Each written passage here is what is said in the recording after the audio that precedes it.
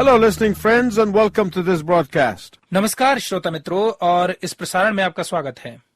It is the 10th in our series of messages taken from the book of Joshua in the Old Testament. ये पुराने नियम में से यहोशू की पुस्तक पर आधारित संदेश श्रृंखला का 10वां संदेश है। In this series, we are learning how to follow the Lord. इस श्रृंखला में हम प्रभु के पीछे चलना सीख रहे हैं। And sometimes when the Lord calls us, we ask, "You want me to do what?" और कई बार जब प्रभु हमें बुलाता है तो हम पूछते हैं तू क्या चाहता है कि मैं करूं? And here are some of the answers that we have learned so far. और ये हैं कुछ उत्तर जो हमने अभी तक सीखे हैं। Answer number 1, Uttar number 1, step up to God's calling in your life. अपने जीवन के लिए परमेश्वर की बुलाहट पर सामने आए। Answer number 2, Uttar number 2, go into the enemy's territories and share Christ. शत्रु के इलाकों में प्रवेश करें और मसीह के बारे में बताएं। Answer number 3, Uttar number 3, cross the river of impossibility in your life with God's supernatural help. परमेश्वर की अलौकिक सहायता से अपने जीवन में असंभवता की नदी को पार करें। Answer number 4 is yield to God's plan. Uttar number 4 है परमेश्वर की योजना के अधीन हो जाएं। Answer number 5, stay with God's program by completely trusting Him. Uttar number 5 है परमेश्वर पर पूर्ण भरोसा करते हुए उसके कार्यक्रम में बने रहें। Answer number 6 is learn from your mistakes. Uttar number 6 है अपनी गलतियों से सीखें।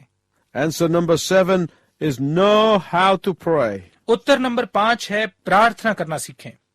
Answer number 8 is claim the complete victory that God has already won for you. Uttar number 8 है उस संपूर्ण विजय का दावा करें जिसे परमेश्वर पहले ही आपके लिए प्राप्त कर चुका है।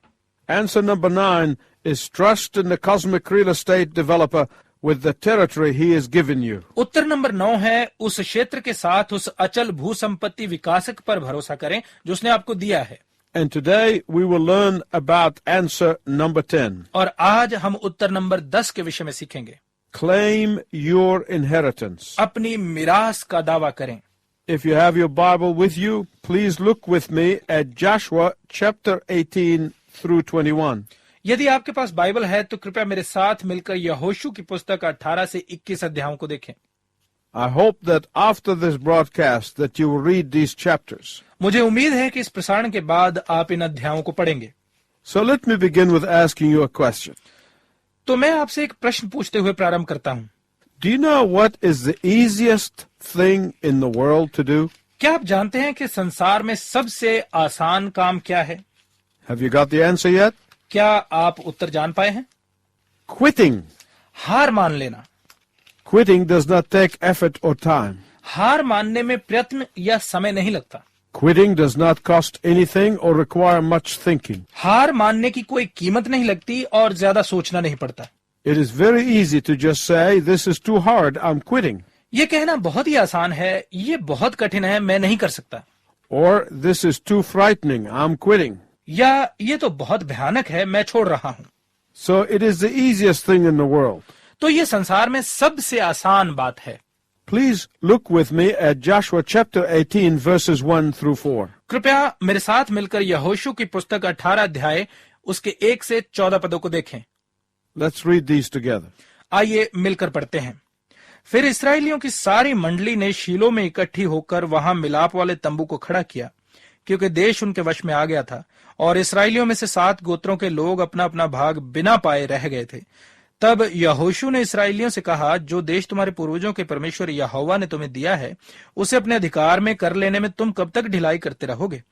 अब प्रति गोत्र के पीछे 3 मनुष्य ठहरा लो और मैं उन्हें इसलिए भेजूंगा कि वे चलकर देश में घूमे फिरें और अपने अपने गोत्र के भाग के प्रयोजन के अनुसार उसका हाल लिख लिख कर मेरे पास लौट आए। What is happening here in this passage? यहाँ इस भाग में क्या हो रहा है? We see that the people of God were quitting. हम देखते हैं कि परमेश्वर के लोग हार मान रहे थे। Why is Joshua exasperated and frustrated with the people of God? यहोशू परमेश्वर के लोगों से निरुत्साहित और निराश क्यों है? Look at verse 3. 3 पद को देखिए। How long will you be slack to go in and take possession of the land? तुम कब तक उस देश को अपने अधिकार में करने में ढिलाई करते रहोगे? The people of God up to this point have experienced many blessings from God. यहाँ तक आते आते परमेश्वर के लोगों ने परमेश्वर से बहुत सारी आशीषों का अनुभव किया था। Why then are they hesitating now? तो फिर अब वो क्यों झिझक रहे थे? Over the past 9 messages in this series, we have seen God powerfully and supernaturally guiding His people. इस संदेश श्रृंखला के पिछले 9 संदेशों में हमने परमेश्वर को अपने लोगों का शक्तिशाली और सामर्थ्य रीति से मार्गदर्शन करते देखा है। They supernaturally crossed the river Jordan. उन्होंने अलौकिक रीति से यरदन नदी को पार किया। They supernaturally demolished the walls of Jericho. उन्होंने अलौकिक रीति से यरूशलेम की दीवारों को ढेर किया। They supernaturally received a complete victory over their enemies. उन्होंने अलौकिक रीति से अपने शत्रुओं पर विजय प्राप्त की। And then in the last message, we saw them dividing the promised land among their tribes. और पिछले संदेश में हमने उन्हें प्रतिज्ञा के देश को अपने गोत्रों के मध्य में बांटते देखा। And that's where we left their story in the last message. और पिछले संदेश में हमने उनकी कहानी को यहीं छोड़ा था। Joshua was dividing the land based on each tribe's faithfulness. यहोशू हर गोत्र की विश्वास योग्यता के आधार पर भूमि को बांट रहा था। And after all of their struggles, we would expect the people to easily claim their inheritance. और इतने संघर्ष के बाद हम सोचेंगे कि लोग आराम से अपनी अपनी मिरास लेकर खुश होंगे। But like many people, they began to quit before the job was accomplished. परंतु अधिकांश लोगों के समान इससे पहले के काम पूरा होता उन्होंने हार मानना शुरू कर दिया। God's people began to quit before they actually took possession of the promised land. परमेश्वर के लोगों ने प्रतिज्ञा के देश को अपने अधिकार में लेने से पहले ही हार मानना शुरू कर दिया। 7 of the tribes had become used to nomadic lifestyle and they would not take their inheritance. उनमें से 7 गोत्र खानाबदोश जीवन शैली के आदी हो गए थे और उन्होंने अपनी मिरास नहीं ली। The inheritance had been given to them, but they were willing to settle for less than their rightful amount. उन्हें मिरास दी गई लेकिन वो जितना उनका अधिकार था उससे कम में ही खुश थे। My listening friends, I have met so many people who live mediocre Christian lives. मेरे श्रोता मित्र, मैं ऐसे बहुत सारे लोगों से मिला हूं जो औसत मसीही जीवन जीते हैं। They live in sin and disobedience. वो पाप और अनाज्ञाकारिता में जीते हैं। People around them cannot tell if they were Christians. उनके आसपास के लोग नहीं बता सकते कि वो मसीही हैं। They have come so far in their Christian life, but then they quit, spiritually speaking. वो बहुत देर से मसीही होकर आत्मिक रूप से हार मान लेते हैं। These believers have access to a feast, but they only eat the scraps. ये विश्वासी दावत में प्रवेश कर सकते हैं लेकिन वो सिर्फ कूड़ा करकट खाना ही पसंद करते हैं। They have access to the palace, but they live in a spiritual ghetto. उन्हें महल में प्रवेश का अधिकार हासिल है लेकिन वो आत्मिक झुग्गियों में ही रहते हैं। They have been given the power to reclaim their environment for Christ, but they choose to deny the rightful inheritance. उन्हें मसीह के लिए अपने पूरे वातावरण का दावा करने की शक्ति दी गई है परंतु वे अपनी आधिकारिक मिरास से इनकार करने का निर्णय करते हैं। Do you know why? आप जानते हैं क्यों? Because quitting is easy. क्योंकि हार मानना आसान है। Do you know how Joshua got the people of God to persist and claim their inheritance? आप जानते हैं कि यहोशू ने कैसे परमेश्वर के लोगों को उनकी मिरास का दावा करने के लिए प्रेरित किया? He knew the importance of worship to inspire God's people into action. वो परमेश्वर के लोगों को सक्रिय करने के लिए आराधना के महत्व को जानता था।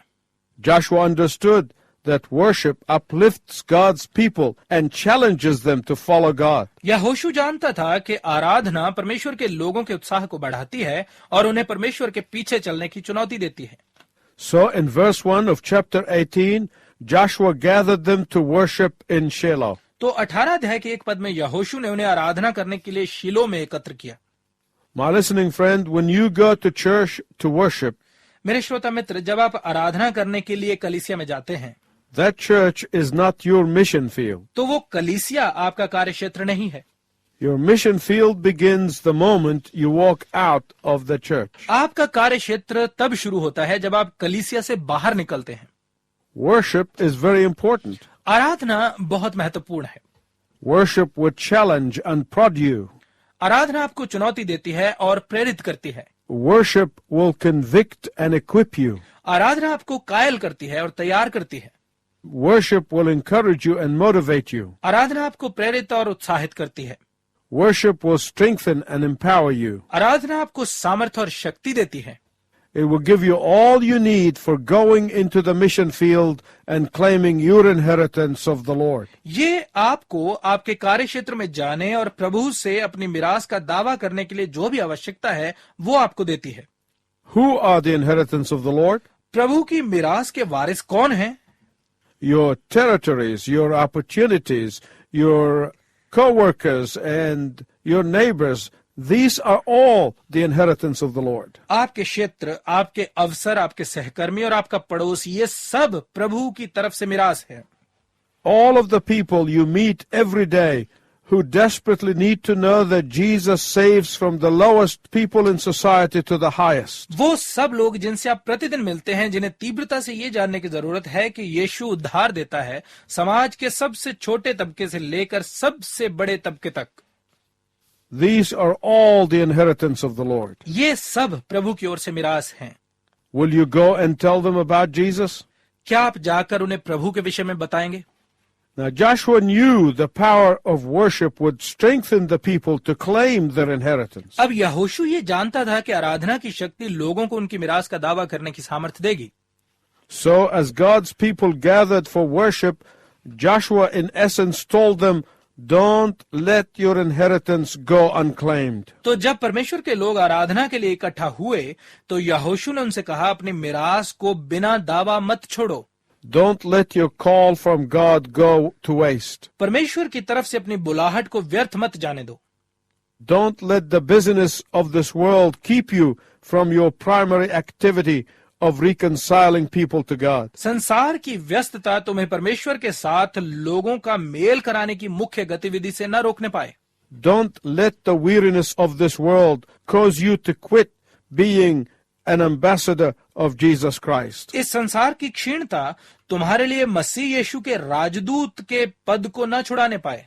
In chapter 18 verse 3, Joshua is pleading with the people. 18 अध्याय के 3 पद में यहोशू लोगों से निवेदन कर रहा है.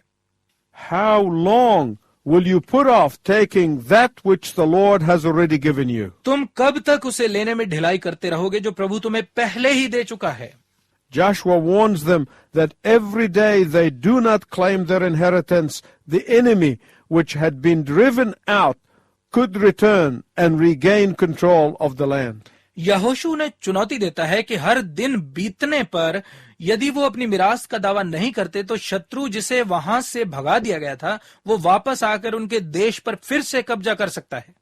In Matthew 12:45, Jesus gives us a very important warning. मत्ती रचित सुसमाचार 12 अध्याय के 45 पद में यीशु हमें एक बहुत ही महत्वपूर्ण चेतावनी देता है. That when an evil spirit leaves a person's heart, कि जब एक दुष्ट आत्मा किसी व्यक्ति के हृदय को छोड़कर चली जाती है and that person's heart is not filled with the Holy Spirit, और फिर उस व्यक्ति का हृदय यदि पवित्र आत्मा से नहीं भरता, the evil spirit will come back but not alone. तो वो दुष्ट आत्मा वापस लौट आएगी और अकेले नहीं आएगी. It will bring with it 7 more evil spirits. वो अपने साथ 7 और दुष्ट आत्माओं को लेकर आएगी. I've seen people who went through an emotional repentance, मैंने ऐसे लोगों को देखा है जिन्होंने भावात्मक पश्चाताप किया, but they never claimed any of their inheritance. परंतु उन्होंने कभी अपनी किसी निजी मिरास का दावा नहीं किया. They never claimed their power over sin. उन्होंने कभी पाप पर अपनी शक्ति का दावा नहीं किया. They never claimed their power over temptation. उन्होंने कभी परीक्षा पर अपनी शक्ति का दावा नहीं किया. And it was just a matter of time before their lives are reoccupied. और बस कुछ ही समय की बात है कि उनके जीवनों पर फिर से कब्जा हो जाता है. Reoccupied by powerful evil spirits that cause them to resent and resist anyone who speaks the truth to them. उन शक्तिशाली दुष्टात्माओं का कब्जा जो उन्हें हर उस व्यक्ति का विरोध और सामना करने के लिए प्रेरित करती हैं जो उन्हें सच्चाई बताता है. That is why Joshua is crying out to God's people, do not let one more day go by without you claiming your rightful inheritance. इसीलिए यहोशू परमेश्वर के लोगों से पुकार के कह रहा है, अपनी आधिकारिक मिरास को हासिल करने में एक भी और दिन व्यर्थ मत जाने दो. And in the same way, my listening friend, I can say to you, और मेरे श्रोता मित्र, उसी प्रकार से मैं भी आपसे कह सकता हूं, you must occupy your rightful place as an ambassador of Christ. आपको भी मसीह के राजदूत होने के नाते अपना आधिकारिक स्थान ग्रहण कर लेना चाहिए. your rightful victory in Christ, मसीह में आपकी आधिकारिक विजय, your rightful authority from Christ, मसीह से अपना आधिकारिक अधिकार, your rightful power in Christ, मसीह में अपनी आधिकारिक शक्ति, your rightful inner filling of the Holy Spirit. पवित्र आत्मा के साथ आपकी भीतरी परिपूर्णता, And then you make that claim every single day. और फिर आप प्रतिदिन इसका दावा करते रहें। Let me conclude today's message with the story about the explorer Christopher Columbus. मैं आज का संदेश एक खोजी क्रिस्टोफर कोलंबस की कहानी के साथ समाप्त करना चाहता हूं। Columbus struggled for years to gain an audience with Queen Isabella of Spain. Columbus ने वर्षों तक स्पेन की महारानी इसाबेला के साथ मुलाकात करने के लिए संघर्ष किया, But she did not want to waste her time talking to him about his foolish dreams. परंतु वो उसके साथ उसके मूर्खतापूर्ण सपनों पर बात करने में अपना समय खराब नहीं करना चाहती थी। But Christopher Columbus persisted and never quit. परंतु क्रिस्टोफर कोलंबस ने अपने प्रयत्न दृढ़ता के साथ जारी रखे और हार नहीं मानी। Eventually the queen listened to his request for ships, money and supplies. आखिरकार महारानी ने समुद्री जहाजों, धन और स्रोतों के लिए उसके निवेदन को सुना, And she appointed a committee to study his request. और उसने एक आयोग बनाया कि उसके निवेदन पर विचार किया जाए। After 5 years, the committee decided Columbus' idea was impossible. 5 वर्ष बाद आयोग ने फैसला किया कि कोलंबस की योजना असंभव थी। But even then, Columbus would not give up. परंतु फिर भी कोलंबस ने हार नहीं मानी। So the second committee met for a year and decided that his proposal was too expensive. तो फिर 1 साल तक दूसरे आयोग ने विचार किया और निर्णय दिया कि उसकी योजना बहुत महंगी थी। But Columbus would not quit. परंतु कोलंबस ने हार नहीं मानी। Finally, the queen gave Columbus his needed materials just to dispose of that persistent dreamer. अंततः महारानी ने उस निरंतर सपने देखने वाले कोलंबस से पीछा छुड़ाने के लिए उसकी मांगें स्वीकार कर लीं। And can you imagine how Columbus had not persisted? और क्या आप कल्पना कर सकते हैं कि यदि कोलंबस ने दृढ़ता न रखी होती तो ये संसार कितना भिन्न होता। My listening friend, remember this statement. मेरे श्रोता मित्र, इस वाक्य को याद रखें। When you face resistance, try persistence. जब आप विरोध का सामना करें तो दृढ़ रहने का प्रयत्न करें। Just think about this. जरा इस बारे में सोचिए, Where would you and I be if God had given up on us? यदि परमेश्वर आपसे और मुझसे आशा छोड़ देता तो आप और हम कहाँ होते। Most of us would not be listening to this program. हम में से अधिकतर इस कार्यक्रम को सुन न रहे होते। Listen to the words of Joshua again in chapter 18 verse 3. 18 अध्याय के 3 पद में एक बार फिर से यहोशू के शब्दों को सुनिए। How long will you wait before you begin to take possession of the land that the Lord, the God of your fathers, has given you? जो देश तुम्हारे पूर्वजों के परमेश्वर यहोवा ने तुम्हें दिया है, उसे अपने अधिकार में कर लेने में तुम कब तक ढिलाई करते रहोगे? And as you continue to claim your inheritance, और जब आप अपनी मिरास का दावा करना जारी रखते हैं, I look forward to connecting with you next time. तो मुझे अगली बार आपसे मुलाकात की प्रतीक्षा रहेगी। And until then, I wish you God's richest blessing. और तब तक मेरी कामना है कि परमेश्वर आपको उत्तम आशीषें दे।